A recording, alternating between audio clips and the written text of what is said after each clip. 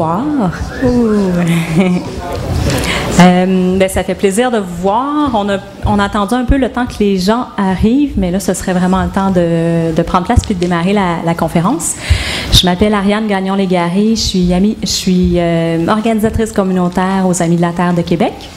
Puis, c'est nous qui avons organisé cette conférence-là avec Univers Laval puis Via Agroécologie, là, 2 groupes étudiants qui sont ici, puis vous avez peut-être mieux découvert à l'entrée.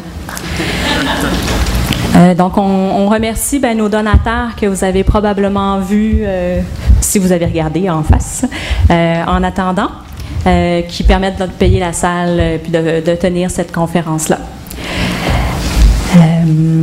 Ouais, je vais peut-être dire un mot sur les Amis de la Terre, puis en fait plutôt vous inviter à prendre le temps à la sortie aussi il va y avoir les kiosques, donc prendre le temps ne serait-ce que de mettre votre nom pour recevoir nos infolettres et rester informé de nos activités. Pour le déroulement de la soirée, ça va être assez classique. Il va y avoir d'abord la conférence de M. Thierry Vrain qui va aborder plutôt les aspects scientifiques en lien avec les organismes génétiquement modifiés. Il va y avoir une courte période de questions ensuite. Puis suivra M. Mitra qui, lui, va plutôt aborder l'aspect militantisme en lien avec les OGM. Donc, c'est tout pour ma part. Je vais présenter M. Vrain. Donc, Thierry Vrain est un ingénieur en génie génétique et biologiste des sols. Il a mené des recherches pendant une trentaine d'années au sein d'Agriculture Canada.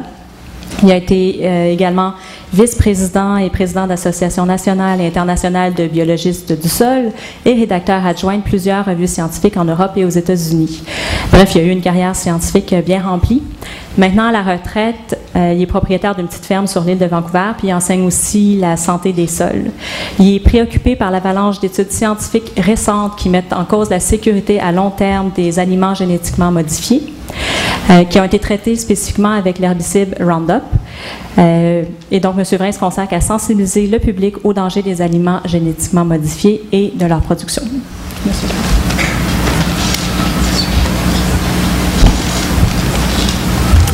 Bonsoir. Je dois vous avouer quelque chose avant de commencer. Ça fait très longtemps que j'ai donné une conférence en français.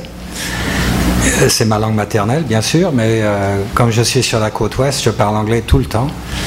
Et je n'arrive pas à me souvenir quand j'ai donné une conférence en français, il y a très longtemps. Les mots techniques vont m'échapper, donc il va y avoir des moments où je vais essayer de trouver les mots techniques en français, et puis si je ne les trouve pas, ça sera des mots techniques en anglais. Vous comprendrez. J'ai quand même fait la traduction de toutes mes diapositives, ça devrait vous aider. Donc, le génie génétique, les OGM, vous êtes venu ici pour entendre une conférence sur les OGM, pour comprendre le génie génétique, etc. Et moi, je vais vous parler de quelque chose de complètement différent. Si vous voulez parler de génie génétique, si vous voulez savoir comment ça fonctionne, comment c'est fait, etc., vous me poserez des questions. Quand j'aurai terminé, ça ne me dérange pas du tout, je vous répondrai, je vous expliquerai. Mais ce dont je vais vous parler aujourd'hui, je vais vous parler de quelque chose d'autre. Parce que quand on dit les OGM, qu'est-ce qu'on veut dire? Les agriculteurs ne savent pas ce que c'est que les OGM. Ils travaillent avec ce qu'on appelle Roundup Ready. C'est une technologie, Roundup Ready, ça veut dire que les plantes, les cultures ont été transformées génétiquement pour survivre l'arrosage de l'herbicide Roundup. Et ça ne fonctionne pas très bien en français, mais en anglais c'est parfait parce que c'est GMO et c'est glyphosate modifié organisme. Donc c'est en français c'est des organismes glyphosate modifiés. Ça veut dire le glyphosate c'est le principe actif de l'herbicide Roundup.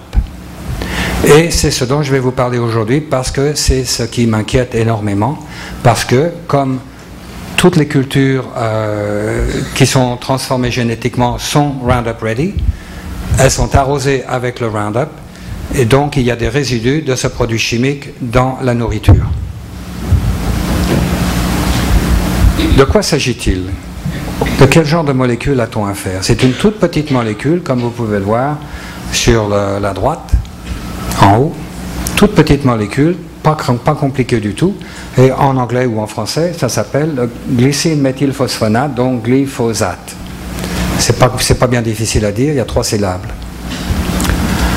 C'est une molécule qui a été inventée pour se lier aux métaux. C'est tout ce qu'elle fait. C'est son travail. Cette molécule a été inventée pour se lier aux métaux, donc c'est un, comme on dit en chimie ou en biologie, c'est un chélateur ou un chélateur. C'est une molécule qui a été inventée en 1960 par une compagnie américaine de produits chimiques qui s'appelait Stauffer Chemical. Et pour leur marché, c'était d'inventer des produits chimiques pour nettoyer les bouilloires et les tuyauteries industrielles de leurs dépôts de minéraux. Vous savez, quand vous avez une bouilloire à la maison, une bouilloire électrique ou même pas électrique, après l'avoir utilisée pour quelques semaines ou quelques mois, il y a des dépôts de minéraux. Et je ne sais pas comment dire en français, en anglais on appelle ça scales, c'est des dépôts de minéraux. Et on met un produit chimique pour dissoudre les dépôts de minéraux. Et le glyphosate a été inventé pour ça. Donc, en anglais, ça s'appelle en anglais c'est descaling agent, en français, ma traduction, c'est un agent de détartrage pour enlever les dépôts de minéraux. Parce que c'est ce que cette molécule-là, elle fait, elle se lie aux minéraux et elle les empêche d'être réactifs. Donc, ils sont complètement immobilisés, ils sont maintenant en solution. Vous devez vraiment vous demander où je vais là. Hein? J'y arrive. Quand on a bien nettoyé toute la tuyauterie et les bouilloires industriels, on enlève toute la solution et on remet de l'eau propre. Quand on veut disposer de la solution dans la nature, on se rend compte instantanément qu'elle tue les plantes. Et c'est à ce moment-là que la firme de produits chimiques Monsanto a acheté la molécule et le brevet et l'a breveté à nouveau en 1969 comme un herbicide. Et on a donc un agent de détartrage qui est devenu un herbicide. Et là, je vais vous faire un petit cours d'1 minute pour vous expliquer comment ça fonctionne. Toute la vie sur la Terre, toutes les cellules vivantes, qu'elles soient des bactéries, des champignons, des plantes, des animaux, toutes les cellules vivantes ont à l'intérieur des protéines qu'on appelle des métalloprotéines. On les appelle aussi des enzymes. Les métalloprotéines, c'est des protéines, c'est donc des molécules très complexes, très grosses. Et elles ont cette caractéristique, puisqu'on les appelle des métalloprotéines, c'est qu'au centre de la molécule, il y a un atome de métal. Vous savez tous que vous avez de l'hémoglobine, et l'hémoglobine a un atome de fer au centre. Toutes les métalloprotéines, toutes les enzymes, ou presque toutes les enzymes, ont un atome de métal, que ce soit du manganèse, du fer, du soufre, du cuivre, etc. Ça fait partie intégrale de la molécule. Si l'atome de métal n'est pas là, la protéine ne fonctionne pas. Je suis très impressionné par mon français, je dois vous le dire.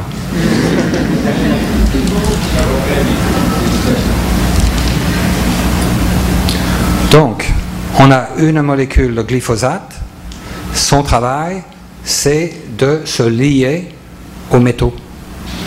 Que ça soit en solution, dans le sol, dans l'eau du sol, dans les cellules, ou aux atomes de métaux qui sont au centre des protéines, des métalloprotéines, les enzymes. Et donc, c'est ce que le glyphosate fait. Il se lie aux métaux. Et quand il se lie aux métaux, la protéine ne peut plus fonctionner, parce que le métal ne fonctionne pas. Donc, on a une molécule, le glyphosate, qui immobilise les métalloprotéines, les enzymes. Et au centre il y a un enzyme dans les plantes, C'est comme ça que le glyphosate tue les plantes, c'est le principe actif de l'herbicide. Il y a une voie métabolique dans les plantes qui permet aux plantes de faire les acides aminés aromatiques qui ont un cycle de benzène. Et vous pouvez voir le tryptophane, la tyrosine, la phénylalanine, ce sont des acides aminés aromatiques. Et cette voie biochimique contient un enzyme qu'on appelle la EPSP synthase qui contient au centre un atome de manganèse. Et le glyphosate se lie à l'atome de manganèse et empêche cette enzyme de fonctionner. Donc, la voie biochimique s'arrête et il n'y a pas de formation de ces acides aminés qui sont les précurseurs des protéines. Le glyphosate empêche la formation des protéines dans les cellules des plantes où il se trouve. Et c'est comme ça que les plantes sont tuées.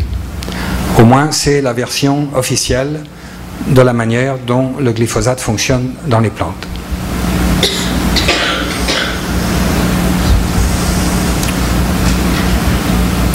Quand le glyphosate a été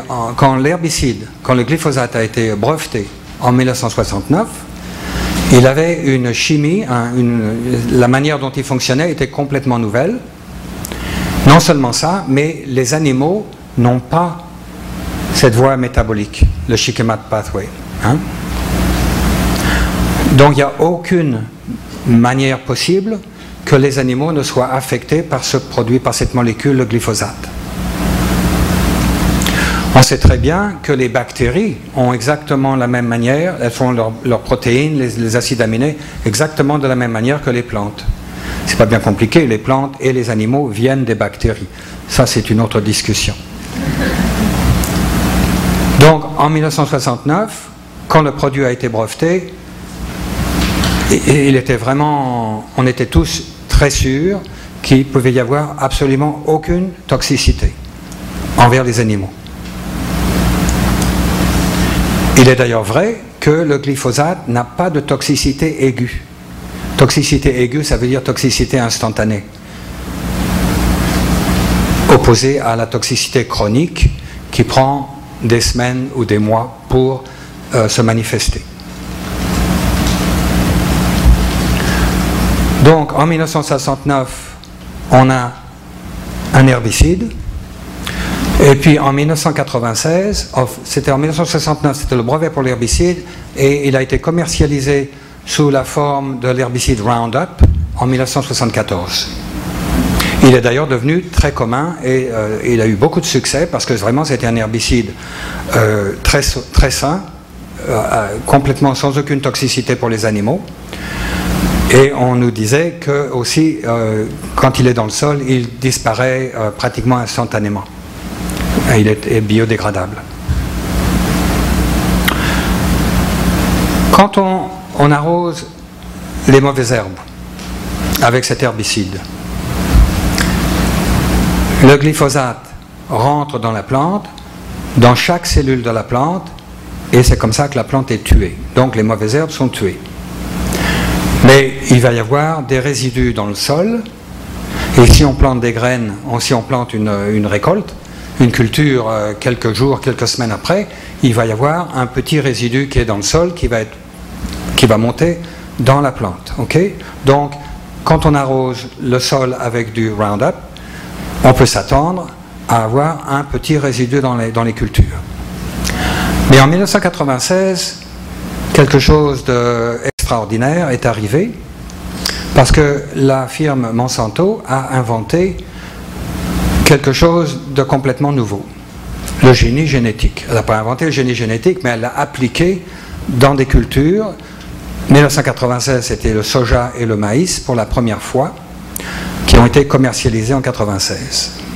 Et alors là, c'est quelque chose de complètement nouveau, parce que maintenant, les agriculteurs, on leur dit, vous n'avez même plus besoin de penser à vos mauvaises herbes. Vous savez tous que les mauvaises herbes, c'est vraiment la préoccupation majeure en agriculture. Okay? 80% de tous les pesticides en agriculture, c'est pour les mauvaises herbes. C'est pas les insectes, c'est pas les nématodes ou les bactéries ou les maladies, etc. C'est les mauvaises herbes. Et cette firme chimique arrive et dit: vous n'avez même plus besoin de savoir ce que vous avez dans votre champ, les mauvaises herbes, vous n'avez pas besoin de savoir ce que c'est. Vous en inquiétez pas, vous plantez vos cultures, plantez vos graines. Et quelques semaines après, quand vous avez vos semis qui ont levé, là maintenant vous pouvez arroser parce que vos plantes ont été modifiées génétiquement pour survivre à l'arrosage de l'herbicide Roundup. Elles sont prêtes à être arrosées avec l'herbicide Roundup, Roundup Ready. Et ça a complètement révolutionné l'agriculture. Roundup Ready a vraiment révolutionné la manière dont on se sert pour enlever les mauvaises herbes. Et ça fonctionne tellement bien comme système que tous les agriculteurs l'ont adopté. Ce graphe qui commence en 1996 avec le soja et le maïs, ensuite il y a eu le coton et puis d'autres, qui finit en 2014, vous montre que pratiquement aujourd'hui, pratiquement 100% du maïs, du soja, pas tout à fait le coton, mais presque. Le canola, c'est la même chose au Canada. Tout ça, maintenant, c'est modifié génétiquement pour être arrosé avec le Roundup.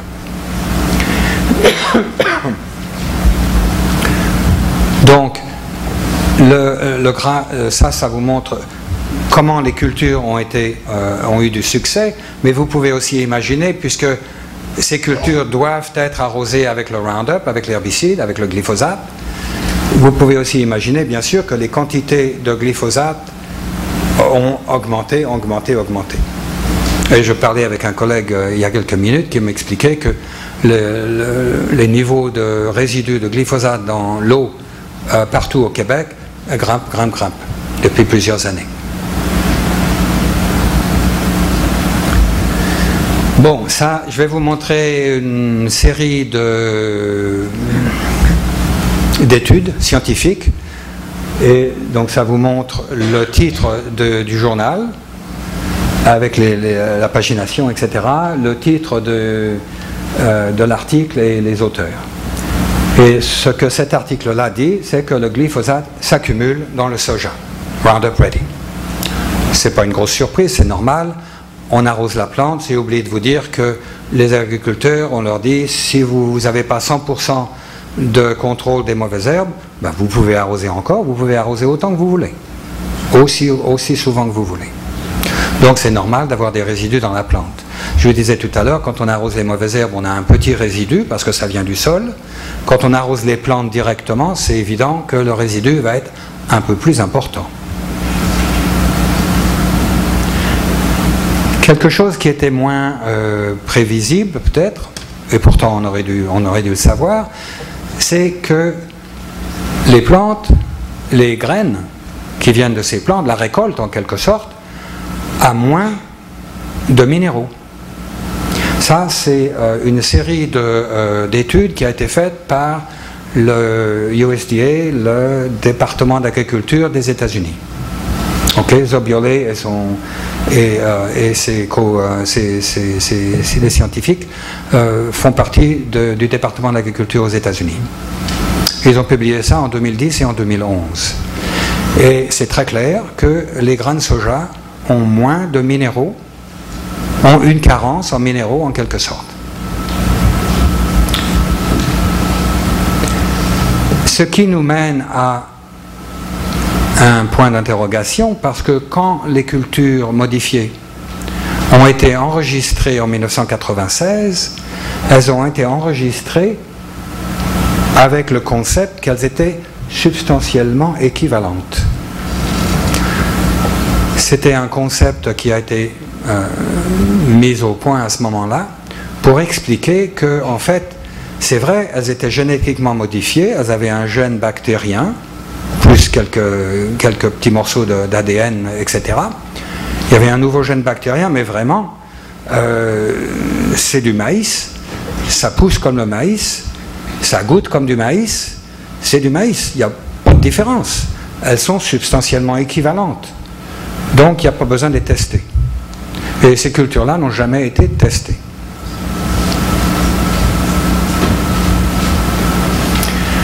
La même chose pour le maïs, ça c'était pour le soja, la même chose pour le maïs. Le département d'agriculture aux États-Unis vient d'admettre après de nombreuses années qu'un boisseau de maïs ne pèse plus autant que le boisseau de maïs normal. C'était 56 livres et maintenant c'est 54. Parce que pratiquement tout le maïs aux États-Unis est modifié. Et donc on a un nouveau mot technique, je ne sais pas, on a un nouveau niveau, si vous voulez, de poids pour un boisseau de maïs. Ce qui nous amène aussi au même point d'interrogation, est-ce que les cultures sont substantiellement équivalentes? Et j'ai lu quelque part, il y a de nombreuses années, que si vraiment il y avait moyen de questionner ce concept d'équivalence, de substantiellement équivalent, vraiment, alors là, le gouvernement américain devrait réviser toutes ces cultures. Ce qui, bien sûr, n'est pas en train de se produire. Bon. Quelque chose que la plupart des gens ne savent pas, c'est que depuis environ 2005, c'est pas un brevet. J'ai oublié de vous dire, les brevets, ce sont des documents publics. Si ça vous intéresse, vous pouvez les lire. Hein, les brevets pour l'agent de détartrage, les brevets pour l'herbicide, etc. C'est public. C'est tout à fait, vous pouvez l'avoir sur Google. Un agent de détartrage, un agent de séchage. Alors maintenant, les agriculteurs sont encouragés à arroser un herbicide ou un autre, souvent du Roundup, pour sécher leur récolte, avant la récolte. Pour sécher leur culture avant la récolte. Particulièrement quand le temps a été trop humide, etc., etc., et que la récolte n'est pas vraiment encore prête à être récoltée. Ça, c'est une page du gouvernement du Saskatchewan qui montre, en anglais bien sûr, herbicide options, ça veut dire les options pour l'herbicide pour la récolte. Et il donne une liste des récoltes, des cultures qui peuvent être arrosées parfaitement légalement. C'est devenu normal, c'est devenu routine. Le blé, l'avoine et l'orge. Les céréales, en Amérique du Nord, ne sont pas modifiées génétiquement. Elles ont été modifiées, bien sûr, mais elles ne sont pas commercialisées. Donc, elles ne sont pas modifiées. Donc, si vous arrosez ces cultures avec du Roundup, vous les tuez. C'est un herbicide. Mais c'est exactement ce que vous voulez faire, parce que vous l'arrosez juste avant la récolte. Donc, ce n'est pas une question de tuer la plante, c'est une question de la sécher. On dessèche la plante pour qu'elle soit plus facile à récolter. C'est la même chose avec le soja et le canola, s'il y a des mauvaises herbes, le lin, haricots, pois, lentilles, et aussi la canne à sucre dans les tropiques.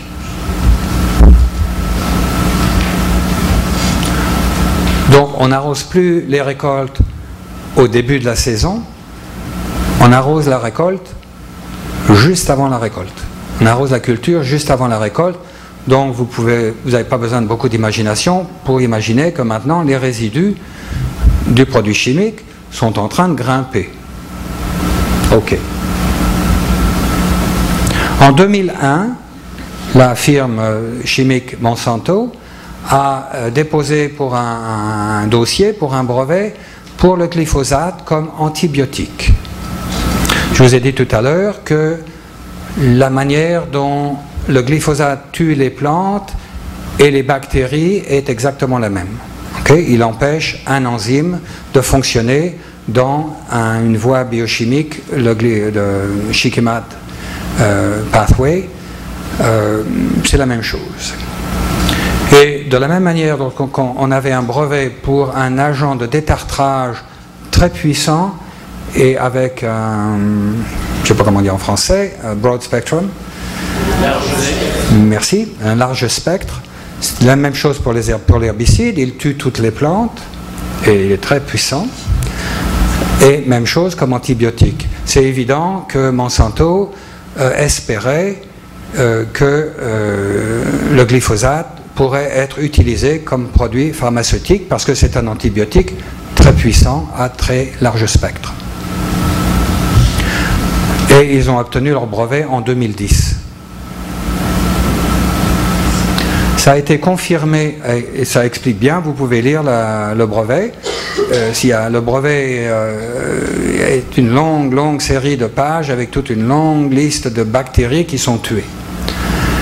Et ça a été confirmé, ça a été publié en 2013 en Allemagne par une équipe de chercheurs qui ont travaillé avec des poules.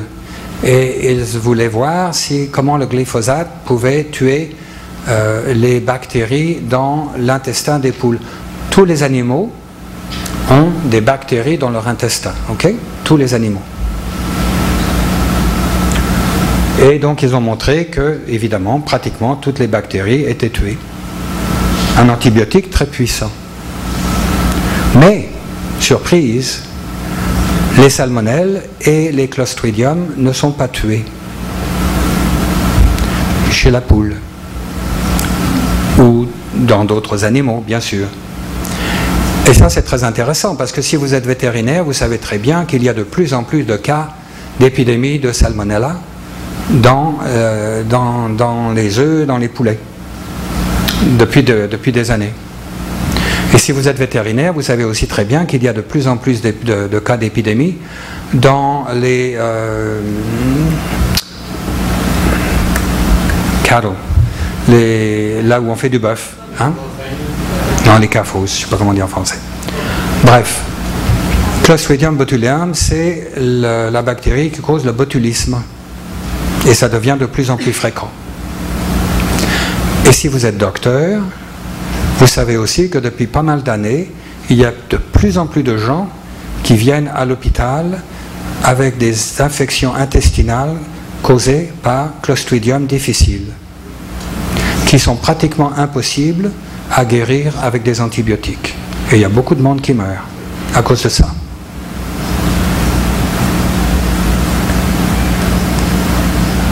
Donc comment ça fonctionne? Ça veut dire que les poules ou les gens qui sont nourris avec des résidus de glyphosate qui est très antibiotique, ça élimine leur flore intestinale normale, parce que ça tue beaucoup de bactéries, mais pas les salmonelles ou les clostridia. Voilà. Et là, je vais vous faire une parenthèse d'une minute ou deux pour vous expliquer ce que ça veut dire. Je suis sûr que la plupart d'entre vous n'ont jamais rencontré ce mot, le microbiome. Le microbiome, la diapo précédente, c'était le microbiota. C'est un synonyme pour la flore intestinale. C'est comme ça qu'on l'appelait quand j'étais gosse, la flore intestinale. Alors on a des bactéries dans l'intestin, on ne sait pas vraiment à quoi ça sert, elles sont là. Mais depuis 5 ans environ, 5 à 10 ans, mais surtout depuis 5 ans, depuis qu'on peut faire l'analyse très rapide de l'ADN, de n'importe quoi, surtout des bactéries, en masse, les chercheurs scientifiques au niveau médical deviennent très intéressés par cette flore intestinale et ils lui ont donné un nouveau nom, ils appellent ça le microbiome. Alors j'ai dit aux gens quelquefois que 10% des cellules de votre corps sont des cellules humaines. Et 1% des gènes de votre corps sont des gènes humains. Les autres 90% des cellules sont des cellules bactériennes et les autres 99% de gènes dans votre corps sont des gènes bactériens. Vous avez dans votre intestin une communauté géante d'environ 100 trillions, je ne sais pas comment dire en français, ça veut dire des millions de bactéries. Ce n'est pas des millions ou des milliards, c'est des millions de bactéries. Vous avez 10 fois plus de cellules bactériennes dans votre intestin que de cellules humaines dans votre corps. Ok. Juste pour vous donner une petite... Oh, elle pèse environ de 3 à 5 livres. Juste un peu plus que votre cerveau. Comme ça. Et je ne vais pas vous ennuyer avec tous ces acronymes. Ça, c'est évident. Enfin, ce que cette diapositive-là vous montre, c'est que cette communauté géante de milliers d'espèces de bactéries se parlent entre elles constamment, au niveau biochimique bien sûr, et parlent à tous nos organes. Et ce que je veux vous montrer, c'est leur importance. Vous voyez, il y a un cerveau en bas, à droite, et le mot en anglais est behavior. Est-ce que ces bactéries ont une influence sur la manière dont on fonctionne? Oui. Ces bactéries sont absolument... Elles influencent votre manière de vivre, votre manière d'être. Elles manufacturent, elles créent la plupart des molécules neurotransmitters, merci, transmetteurs nerveux dans le cerveau. 100% de la sérotonine qui est dans votre cerveau vient de votre intestin, vient du microbiome. 100%. Et vous savez, je suis sûr que la plupart d'entre vous savent très bien que si vous n'avez pas suffisamment de sérotonine, vous êtes déprimé. Et si vous en avez un peu moins, ben vous êtes malade, mentalement. Et ça vient du microbiome. Et c'est un peu la même chose avec toutes sortes d'organes.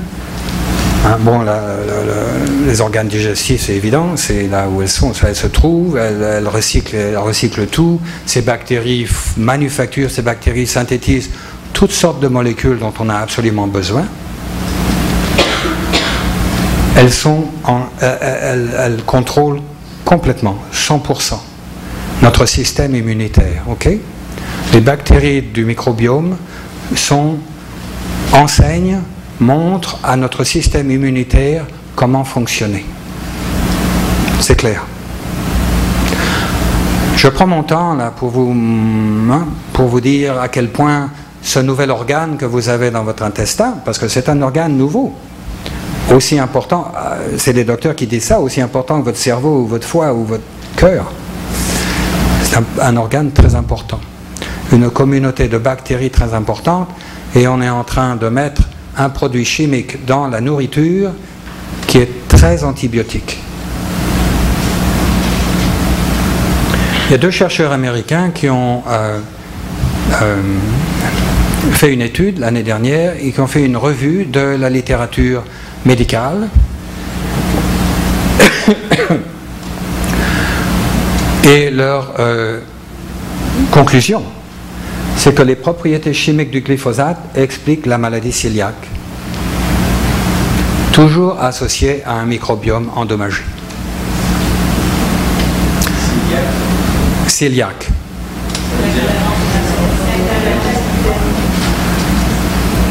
Ça va la traduction?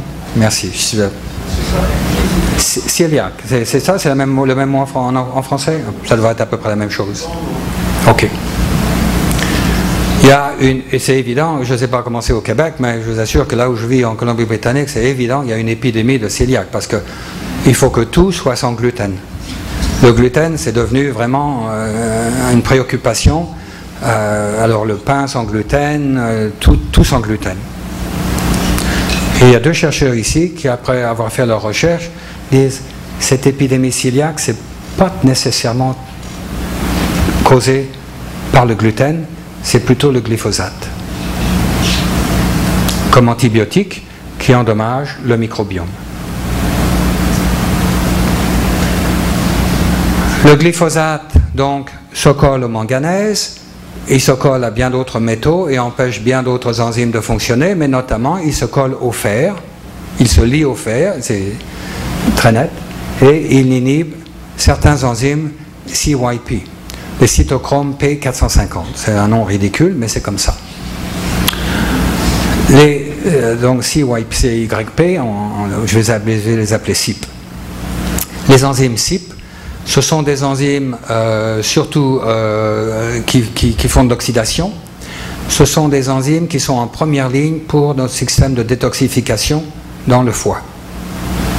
Et voilà un produit chimique qui inhibe certains de ces enzymes, donc qui inhibe le système de détoxification. Vous pouvez voir ce que ça peut faire. Un article de revue qui explique bien que les enzymes CYP sont absolument dans toutes les cellules, bactériennes, de plantes, de tout. Toutes les cellules vivantes sur la Terre ont ces enzymes. Il y en a environ, on connaît environ 20 000 de ces protéines. Dans l'être humain, on en connaît seulement 57. Mais il y en a plusieurs qui sont inhibés par le glyphosate. Et les deux mêmes chercheurs aux États-Unis ont aussi fait une autre recherche de la littérature médicale en disant, ok, le glyphosate inhibe les enzymes CYP et endommage le microbiome. À quoi est-ce qu'on devrait s'attendre? Leur conclusion est que la plupart des maladies inflammatoires qui sont devenues épidémiques depuis une vingtaine d'années sont causées par le glyphosate. Et je vous expliquerai ça un peu plus de détail dans quelques minutes. Des maladies comme l'obésité, toutes sortes de cancers, bien sûr, il y a des maladies du foie et des reins, l'autisme, etc. On n'a aucune recherche faite sur les êtres humains. Il n'y a aucune recherche sur l'homme. Il n'y a pas d'études d'épidémiologie, parce que personne ne sait ce qu'il mange. Tout ce qu'on a, ce sont des études faites sur les cellules, en in vitro, ou des animaux, au laboratoire, des rats. Donc ça, c'est une étude qui a été faite, publiée en 2009. C'est un groupe de chercheurs en France, et ils ont trouvé une perturbation hormonale à 1,5 par million. Perturbation hormonale, ce n'est pas simplement les hormones sexuelles, c'est toutes sortes d'hormones qui fonctionnent mal. Encore, sur d'autres cellules, le glyphosate induit l'apoptosis dans les cellules humaines. Apoptosis, c'est un mot de biologie qui dit que c'est la mort de la cellule, le suicide. Ça, c'était fait avec, pour moi, voir l'effet du glyphosate sur les cellules testicules de rat, et il montre qu'une partie par million, ça a réduit la testostérone de 35%. Et on sait très bien que depuis une vingtaine d'années, il y a vraiment une épidémie de fertilité chez les hommes qui est en déclin considérable. Ça nous vient de Vienne, en Autriche. Again, les propriétés cytotoxiques du glyphosate et du Roundup sur les cellules humaines. Ça nous vient d'Égypte, publié en 2012. Le maïs Roundup Ready cause des maladies du foie et des reins chez le rat. Quand on nourrit les rats avec du maïs Roundup Ready, qui donc a été arrosé avec le Roundup, les rats deviennent malades. Et ça, c'est une étude qui est devenue très très reconnue en 2012. C'est l'étude le même groupe en France, le professeur Serralini, qui a fait la première étude à long terme. Il a donc nourri des rats avec du maïs Roundup Ready, où il a donné à certains rats de l'eau qui contenait du glyphosate. Et il a remarqué, et toutes les semaines, il prenait des résultats, mesurer certains paramètres physiologiques chez le rat. Et ils ont remarqué, après 4 mois, qu'il y avait vraiment des signes de maladie du rein et du foie. Et puis, quelques mois plus tard, cette étude a duré pendant 2 ans, qui est toute la durée de vie des rats. C'était la première étude à long terme. Et puis, quelques mois plus tard, ils ont vu des tumeurs. Ils n'ont pas expliqué qu'elles étaient cancéreuses ou pas, mais des grosses tumeurs. Chez les rats, les mâles et les femelles. Et ils ont quand même laissé... Puis les rats ont commencé à mourir. Et ils ont laissé l'étude de 2 ans se terminer, et ils ont publié leurs résultats, et je suis sûr que certains d'entre vous ont vu ces photos sur l'internet avec des rats avec d'énormes tumeurs, gigantesques.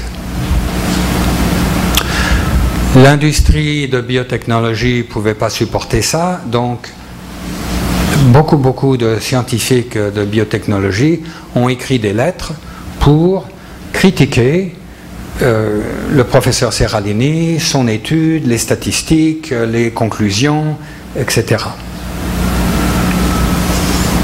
Mais l'éditeur a dit non, cette étude-là a été bien révisée, tout ça est de très bons résultats.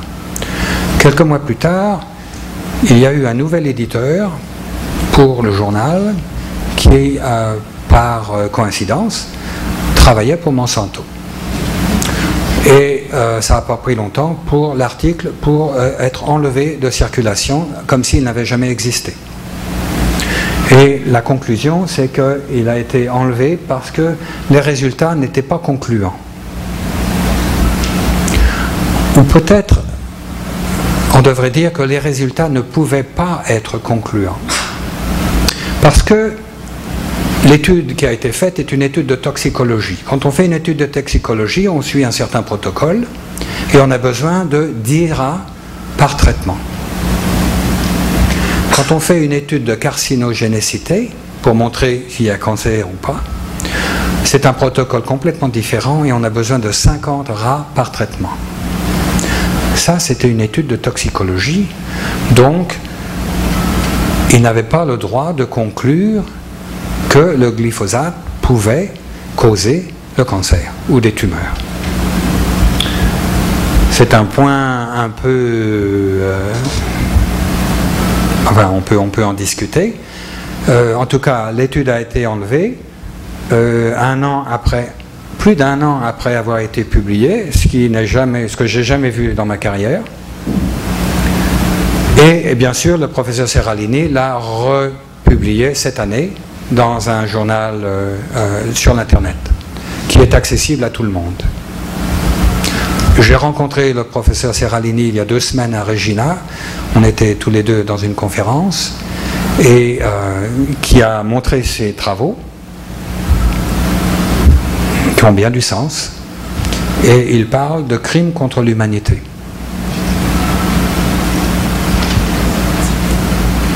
Ça a été publié en 2013, l'année dernière. Ça nous vient de l'université de Bangkok. Et ça dit, c'est une étude qui a étudié l'effet sur les cellules cancéreuses, des cellules de cancer du sein humain, in vitro, dans des boîtes de pétri, et avec un peu de glyphosate, et on se rend compte que les cellules prolifèrent beaucoup plus rapidement, avec des quantités infimes, des parties par milliard et des parties par trillion, je ne sais pas comment on dit en français. Bref. Et puis, il y a le problème des anomalies congénitales. Ça a été publié en 2010 à l'université de Buenos Aires, en Argentine. Le professeur André Carrasco était le chef, il est mort il y a quelques mois, était le chef du département d'embryologie à l'université, et on lui avait demandé d'aller faire une petite enquête dans les plaines, les Pampas. Ce sont des plaines gigantesques en Argentine où il y avait de l'herbe et du bœuf, et maintenant tout ça s'est disparu et on fait pousser du soja génétiquement modifié, bien sûr, Roundup Ready. Et on arrose parce que les superficies sont tellement gigantesques que tout ça c'est arrosé par avion. Donc les gens sont arrosés. On a demandé au professeur Carrasco d'aller faire une enquête parce qu'il y avait une épidémie de bébés qui naissaient avec un demi-cerveau ou toutes sortes de malformations congénitales très spectaculaires.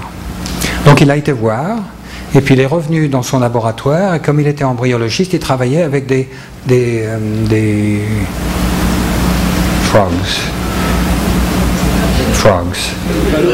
grenouilles, merci.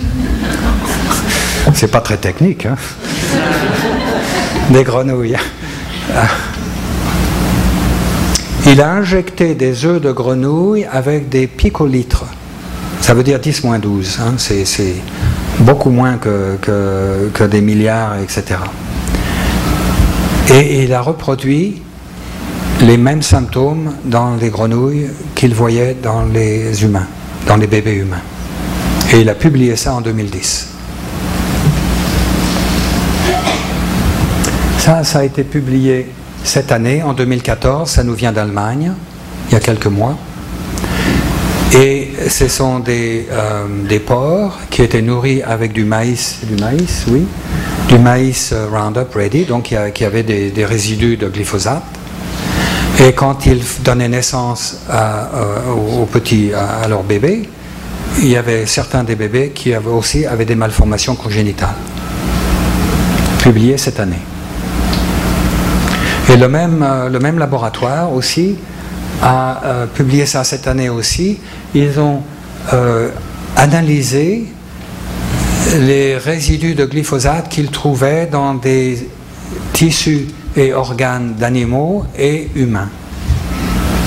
Si vous allez voir le site web de la firme chimique Monsanto, c'est vraiment bien écrit et bien expliqué que si par accident vous ingérez un petit peu de glyphosate, le lendemain, hop, c'est parti. Hein?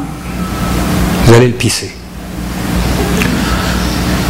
Et ce travail nous dit exactement le contraire, c'est que le glyphosate s'accumule dans les organes, dans tous les organes. Et le même travail, la même étude a aussi fait ces observations, c'est que les gens qui ont des maladies chroniques ont des teneurs de glyphosate, des résidus de glyphosate dans leur urine plus élevés. Bon. Alors, il y a aux États-Unis un docteur Nancy Swanson, qui vit à Seattle, sur la côte ouest, qui a fait des analyses de corrélation. Les analyses de corrélation, c'est une forme d'analyse statistique, peut-être certains d'entre vous savent de quoi il s'agit. C'est une forme d'analyse statistique qui nous permet de mettre deux ensembles de données complètement différentes et de regarder si elles sont liées. Est-ce qu'il y a un lien? Est-ce que l'un cause l'autre? Et ce qu'elle a fait, c'est qu'elle a pris des statistiques, les données du centre, je ne sais pas comment dire en français, US Center for Disease Control, à Atlanta, en Géorgie, qui garde des records pour la santé de tous les citoyens américains. Alors, combien de personnes ont été à l'hôpital cette année avec un diagnostic de maladie du foie ou du rein? Combien de personnes ont été diagnostiquées comme obèses, etc. tous les ans. Et puis elle a pris les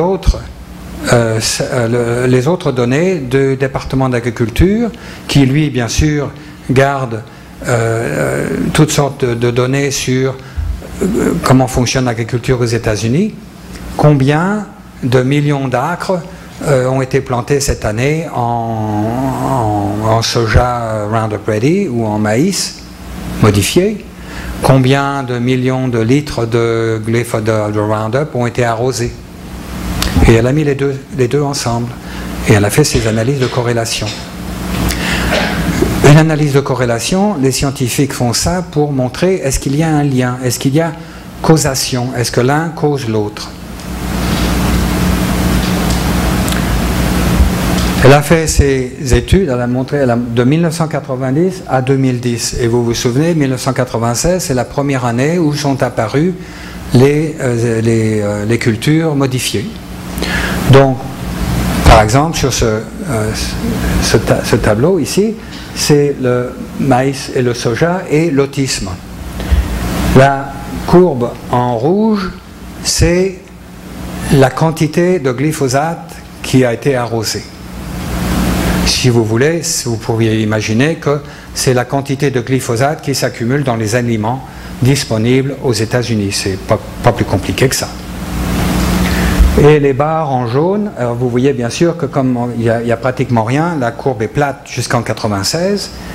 Et puis les barres en jaune, bah, c'est le nombre d'enfants qui ont été diagnostiqués sur le spectre d'autisme chaque année.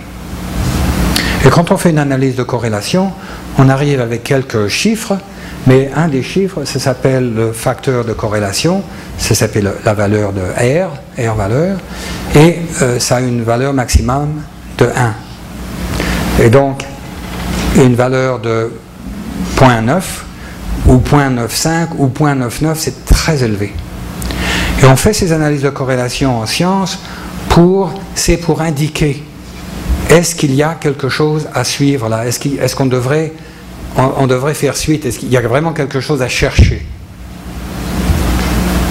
Ce genre d'analyse de corrélation a une faiblesse, c'est qu'on pourrait remplacer des sets de données avec un autre et arriver au même résultat. Et j'ai pas ça en français, mais j'ai une courbe, quand je donne ma conférence en anglais, j'ai une courbe qui montre qu'en fait, on peut obtenir pratiquement le même résultat et la même valeur de R, qui est, pensez-y comme c'est une valeur de probabilité 0,9, ça serait 90%. Ou 0,99, ça serait 99% qu'il y a quelque chose là à chercher. Et on peut faire la même chose avec l'autisme et combien les cultures organiques, biologiques sont en train de grimper parce qu'elles sont en train de devenir très populaires. Donc on pourrait conclure que manger biologique, ça cause l'autisme. C'est une faiblesse de la technique, ce qui fait que en fait, cette technique de corrélation, d'analyse de corrélation, n'est pas acceptée en science comme valide pour prouver que quelque chose cause quelque chose d'autre. C'est simplement pour donner une indication aux chercheurs. Et ça, c'est les chiffres qu'elle a obtenus. Alors vous pouvez voir que les cultures de maïs et de soja et l'autisme, il y a une valeur de 0,99, cœliaque, infection intestinale, toutes sortes de cancers, insuffisance rénale, le diabète, l'obésité, l'Alzheimer, il y en a beaucoup d'autres. Et elle a publié, oh tiens, voilà la courbe dont je vous parlais, qui est mal placée. Donc on pourrait dire en conclusion qu'en fait, manger biologique, ça cause l'autisme. C'est une faiblesse. Elle a publié, les courbes ont été disponibles depuis un an, mais ça vient juste de publier il y a 2 semaines. Et c'est ça, le journal, publié dans le Journal of Organic Systems, le titre, son nom, et c'est sa conclusion. Le degré de signification des corrélations est tel qu'il devient impératif d'étudier en profondeur les effets du glyphosate et Roundup Ready sur la santé humaine. Elle n'a rien prouvé, mais vraiment, elle est en train d'avoir un doigt gigantesque pour montrer qu'il y a vraiment quelque chose à regarder. Ça vient de Calgary, ça a été publié par un psychiatre qui travaille à l'université à Calgary. Elle est psychiatre et elle fait ce qu'elle appelle de la psychiatrie nutritionnelle. Elle travaille avec les enfants autistiques et elle leur donne des suppléments minéraux. Elle leur donne des minéraux. Et ils fonctionnent beaucoup mieux, très rapidement. Et elle a publié ça il y a quelques années.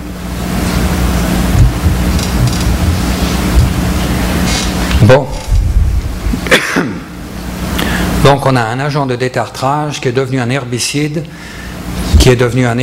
qu'on arrose sur les cultures, et qui est aussi antibiotique, très puissant, avec les effets sur le microbiome. Et vous vous souvenez peut-être des chiffres que j'ai cités, une partie par million, une demi-partie par million, etc., etc.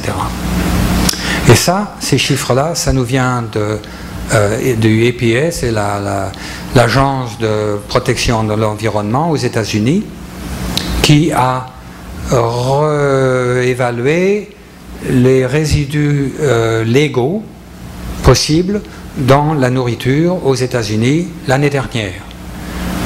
Parce que les résidus sont en train de grimper depuis plusieurs années, ce qui fait que maintenant, il faut vraiment, au niveau légal, pour qu'il n'y ait pas de problème, eh bien, il a fallu augmenter. Alors, ils ont multiplié ces résidus par 2 ou 10 ou même 100. Et je vous montre simplement quelques chiffres.